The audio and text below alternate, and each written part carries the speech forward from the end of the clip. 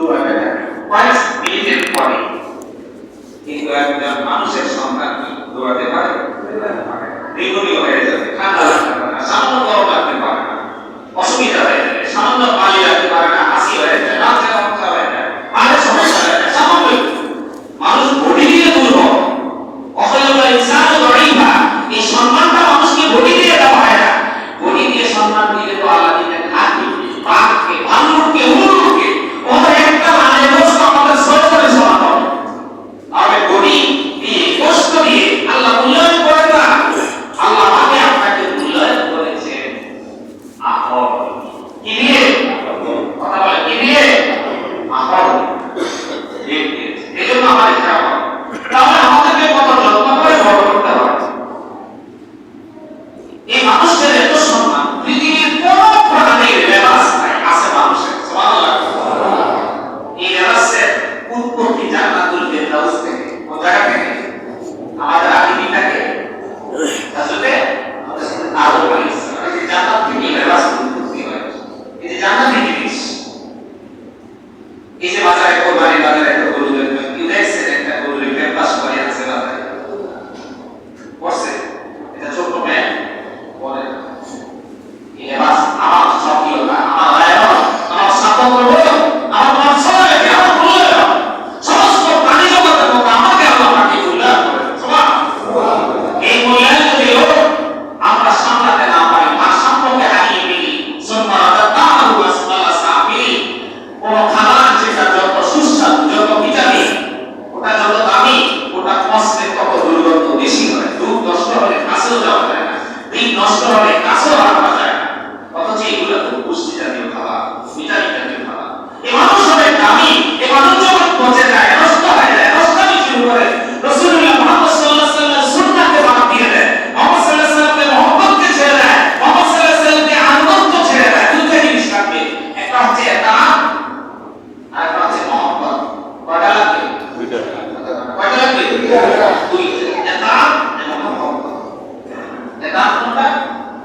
আনুগত্য করা। মহব্বত প্রাণ দিয়ে ভালোবাসা, কলিজা জীবন চলে যায় আমার রাসূলের প্রতি ভালোবাসা। সুবহানাল্লাহ। আর এই ভালোবাসার বহিঃপ্রকাশ হবে রাসূলুল্লাহ কারীম সাল্লাল্লাহু আলাইহি ওয়াসাল্লামকে সমস্ত কাজকর্মকে হুজুর কেমনে ঘুমাইতে হচ্ছে, কেমনে খেতে হচ্ছে, কেমনে রাস্তায় হাঁটতে হচ্ছে, কিভাবে প্রতিকে সহযোগিতা করতে হচ্ছে, কিভাবে প্রতিবেশীকে সাহায্য করতে হচ্ছে, কিভাবে মানুষের সাথে মুআমালাত করতে বলেছেন, কিভাবে ব্যবসায়িক এবং তার পরিবারের সাথে আচার-আচরণ হবে, এই সমস্ত জীবনের কর্মকাণ্ড আমার নবীজি যেটা বলেছেন এই অনুযায়ী আমল করা, এটা নাম হচ্ছে ইতাআত। এই দুইটা একসাথে হওয়া লাগবে, তাহলে রাসূলুল্লাহ প্রত্যেকের উম্মত হওয়া যাবে। সম্মানিত আলেম বলতেছিলাম, তাহলে মানুষকে এত দামি বানায়, কিন্তু মানুষ যখন রাসূলুল্লাহ মহব্বত ছেড়ে দেবে, দ্বীন ছেড়ে দিবে, সুন্নাহ ছেড়ে দিবে, সুম্মা আল্লাহু ওয়াসমালা সাবিরিন, এই মানুষের স্তর অনেক নিচে নেমে যাবে। কেমন নিচে যাবে? আল্লাহ রাব্বুল আলামিন বলেন, ওয়ালাকাদ যারাকনা লিজাহান্নামা কাসীরাম মিনাল জিন্নি ওয়াল ইনস লাহুম কুলুবুন লা ইয়াফকাহুনা বিহা ওয়া লাহুম আ'য়ুনুন লা ইউবসিরুনা বিহা ওয়া লাহুম আযানুন লা ইয়াসমা'উনা বিহা উলাইকা কাল আন'আমি বাল হুম আদাল উলাইকা হুম গাফিলুন। আল্লাহ রাব্বুল আলামিন বলেন, আমি অধিকাংশ দিন আর মানুষের জন্য জাহান্নাম সৃষ্টি করেছি, ওই তাদের জন্য যাদের অন্তর আছে, অন্তর দিয়ে আসে, কল্পনা করে না, গবেষণা করে না, চিন্তা করে না, বুঝে না, যাদের চোখ আছে, চোখ দিয়ে দেখেও না, দেখার ভান করে, যাদের নাকি কান আছে, আল্লাহর কথা নবীজির কথা শুনেও না, শোনার ভান করে, আল্লাহ পাক বলেন তারা হবে উলাইকা কাল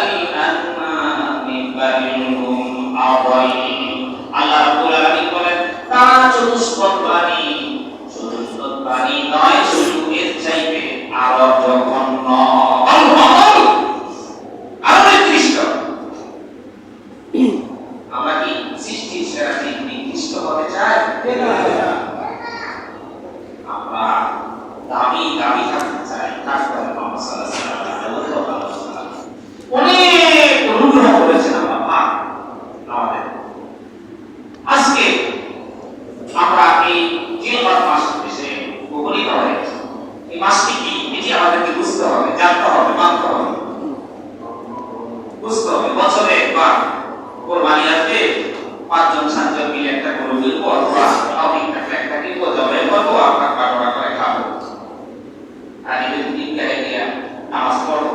এই কি উদ্দেশ্য? এই মাসটা সামনে কোরবানি, জিলহজ, এটা কি উদ্দেশ্য? এটা উদ্দেশ্য নয়। এখানে অনেক শিক্ষা আছে, দীক্ষা আছে, জানা, বোঝা, গবেষণা করা ভালো বিষয় আছে। আল্লাহ রাব্বুল আলামিন বলেন, ওয়াল ফাজরি ওয়া লায়ালিন আশরি ওয়াশ-শাফ'i ওয়াল ওয়াতরি ওয়াল লাইলি ইযা ইয়াস'আল ফি যালিকা qasmun lidhi hijr alam tara kayfa fa'ala rabbuka bi'adin irama dhatil 'imad। আল্লাহ পাক ফজরের কসম করেছেন। ফজর এই ফজরটা সমস্ত অন্যান্য ধর্মের ধর্মীয় পুরোহিত, ধর্মীয় গুরু, ধর্মীয় নেতারা অন্যান্য ধর্মের কথা বলছে, ধর্ম নিয়ে গবেষণা করে। প্রতিটা ধর্মের ধর্মীয় গুরু এবং ধর্মগ্রন্থে এই ফজরের সময়টাকে অত্যন্ত গুরুত্ব দিয়েছে। আর মুসলমান ফজরের সময় ঘুমায়, সারা রাত ঘুম যায়, পরিশ্রম হয়, সকালে একটু বিশ্রাম নেয়। প্রভাতে সূর্য উদিত হওয়ার আগে যাত্রা ঘুম ভাঙতে পারল না, আর দিনটাই কাটল, তার জীবনটাই কাটল। এটা বরকতের কাজ, রহমত নাজিল হয়ে এই সময় মেধা পড়ালেখা যারা করবে, মেধা খুব মসৃণ থাকে, খুব সহজে আয়ত্ত করে। কাজ করবে যারা অল্প সময়, সারাদিনের কাজ হয়।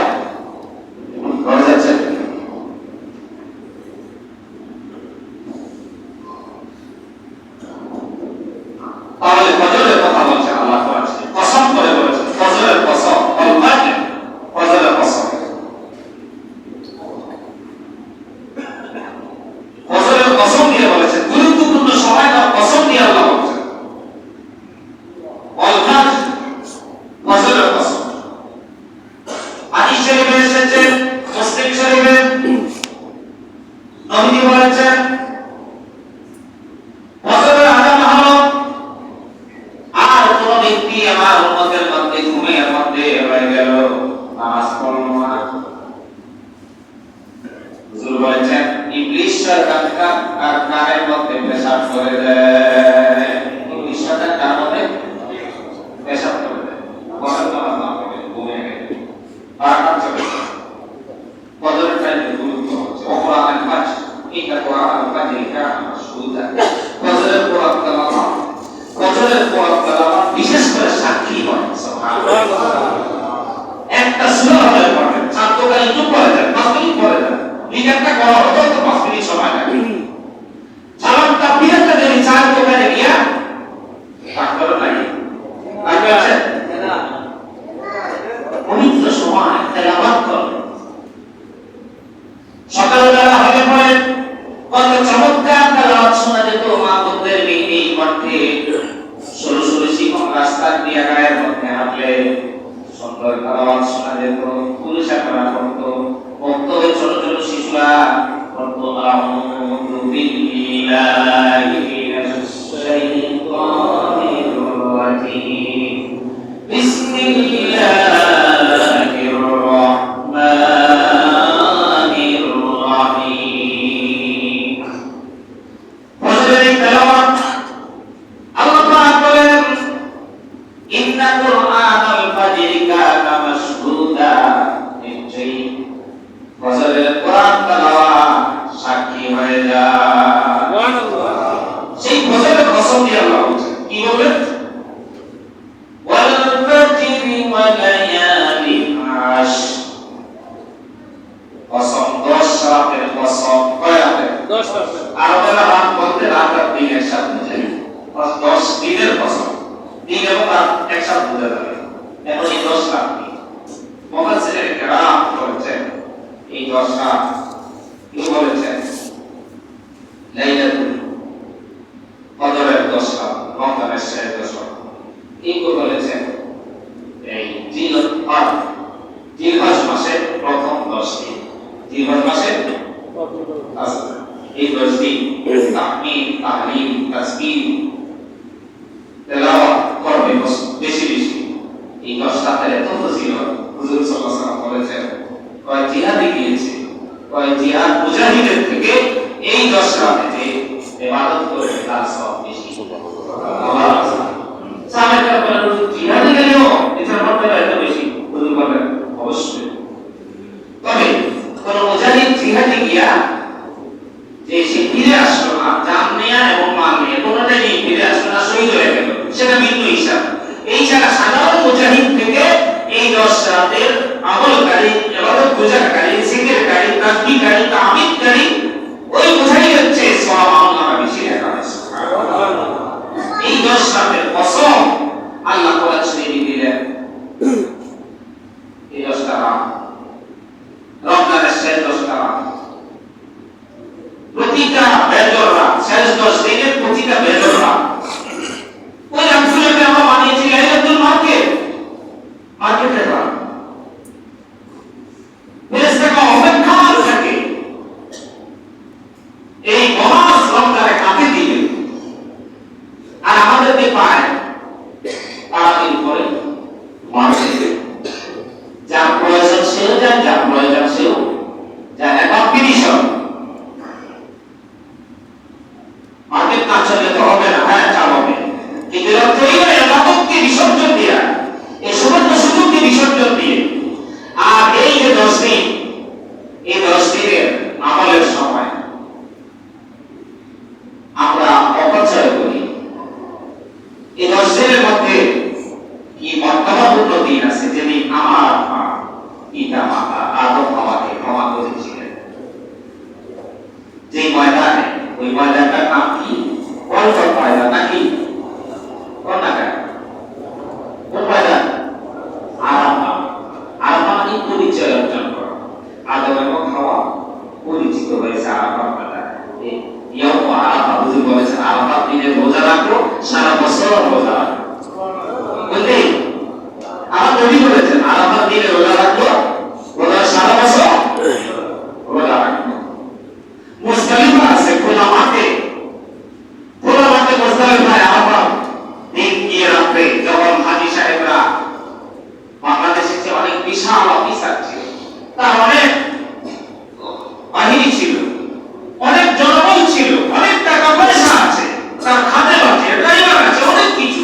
সেখানে গিয়া সেই মৃত্যুর প্রতি, কাপড়ের প্রতি, জেনাবের কাপড় পরে, সাদা কাপড়ে, সেখানে বালিশ ছাড়া পাথরের উপরে আল্লাহর কাছে ইতিম হয়ে মুসাফির হয়, আল্লাহ করিয়া মুজদালিফা। ওই রাতে দোয়া কবুল হয়।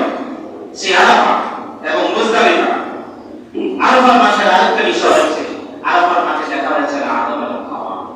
হযরত আদম আলাইহিস সালাম এসেছিলেন 2500 কিলোমিটার, কত কিলোমিটার দূর থেকে, আর আমাদের হাওয়া এসেছেন 65 কিলোমিটার, মাত্র 65 কিলোমিটার দূর থেকে এসেছেন। দুজন একসাথে তওবা করছে। আল্লাহ তওবা করলে আল্লাহ কবুল করেন। আমার আল্লাহ রহমান রহিম। হাওয়া আর আদমের যে এই ডিফারেন্সটা, এখানে একটা শিক্ষার বিষয় আছে। সৃষ্টিগতভাবে আল্লাহ তাআলা পুরুষকে শারীরিক শক্তি দিয়ে দিয়েছেন। সুবহানাল্লাহ। সুবহানাল্লাহ।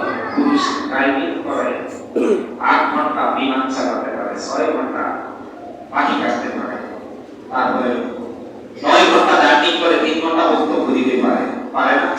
এই যে আমাদের দেশ থেকে অনেক বড় বড় ব্যবসায়িকরা বিভিন্ন দেশে যায়, বিমান সফর করে গিয়ে সেখানে একটা কনফারেন্স হয়, বক্তব্য দেয়। একজন মহিলা ঢাকা চিটাগাং জার্নি করলে তো বেশি দিয়েছে, নারীদেরকে শারীরিক কুয়ার বেশি দিয়েছে। এটা নিয়ে যদি এই পুরুষ নারী টাকাটা চেষ্টা করে, ভীষণ অসুন্দর হবে। নারীদের স্বাতন্ত্র বোধ দিয়েছে, মর্যাদা দিয়েছে আমাদের চেয়ে অনেক বেশি অন্য দিক থেকে। কারণ সমস্ত পয়গম্বর আলাইহিস সালাম নারীর পেট থেকে আসে, পুরুষের পেট থেকে আসে না। সমস্ত উলামায়ে কেরাম, সমস্ত আউলিয়া কেরাম, ওলিউল্লাহ, শাহ হাসানুদ্দিন রাহমাতুল্লাহ আলাইহি, জয়পুরের কালামালি রাহমাতুল্লাহ আলাইহি, যত আউলিয়া কেরাম আছেন, সমস্ত আউলিয়া কেরাম কি পুরুষের পেট থেকে আসে না, নারীর পেট থেকে আসে? সমস্ত ইঞ্জিনিয়ার, প্রকৌশলী, ডাক্তার, চিকিৎসক, নেতা, আলেম, ওলামা, পীর, বুজুর্গ, এরা নারীদের কুলেই লালিত হয়েছে। এই জন্য এদের দাম বেশি না কম? অনেক বেশি, অনেক বেশি। কিন্তু তাদের স্বকীয়তাকে ছেড়ে যদি অন্যত্র চলে যায় অধিকার আদায়ের জন্য অ্যাক্সিডেন্ট হবে, দুর্ঘটনা হবে। ইসলাম সুন্দর করে ডিভাইড করে দিয়েছে, বন্টন করে দিয়েছে, তাদের অনেক মর্যাদা আছে।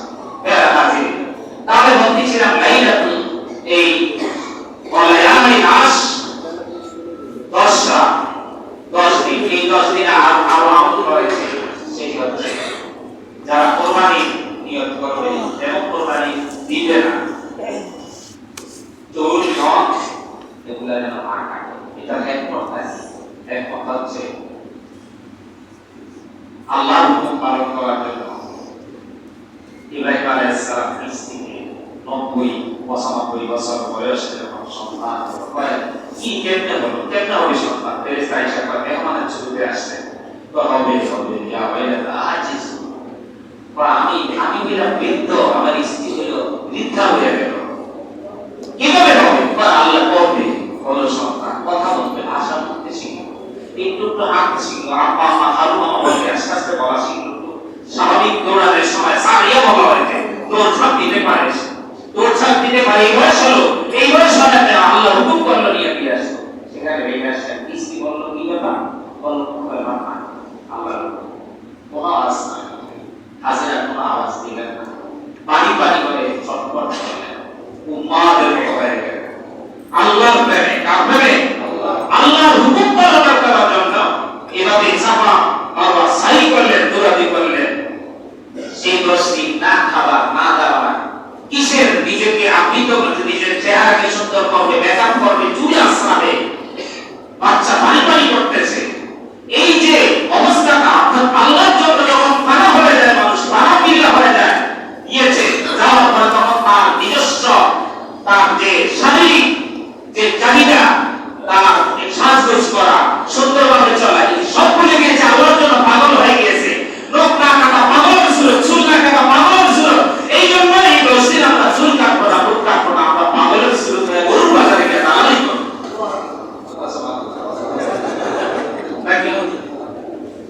না না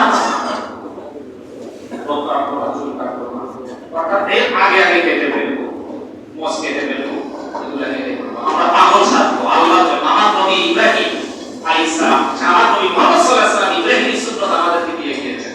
এই জন্য যারা হাজি সাহেব খামা মামা সাই করেন,